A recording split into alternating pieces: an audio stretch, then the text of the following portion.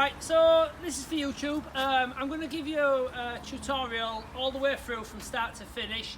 It's going to be a bit fast and a bit rough because I'm busy and I ain't got a lot of time to edit it. But basically, this is a 6 metre by 3.5 metre. We use a concrete pile system, which means we dig a series of holes. In the hole, we'll drop this 24mm threaded bar. It's got a 100 by 100 square plate washer on there, which is trapped between two nuts.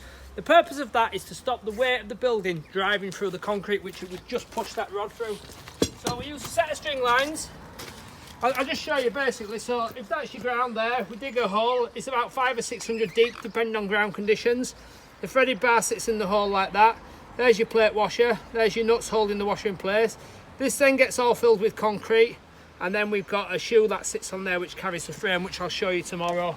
So basically, how many's gone in this? It's 24. Yeah. There's 24 rods gone in this. There's over 50 kilos of concrete in each hole.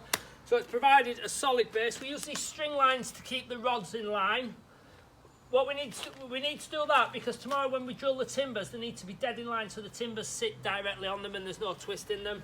So that's the basing. It's been a long day. There's been a lot of concrete and bricks under here, which has been hard to do. But you can see the basic size of it. So this side here is going to be a family room. It's going to have bifold doors there. It's going to have a ceiling to floor window over there. This side's going to be a store area. It's going to have a cedar clad door there, and it's going to have a letterbox window up here. So if you keep watching, keep subscribing and keep liking, ask me any questions and I'll try and answer them as quick as I can.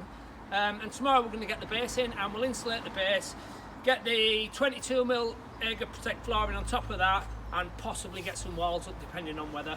So if you'd like to like, subscribe and comment, thank you.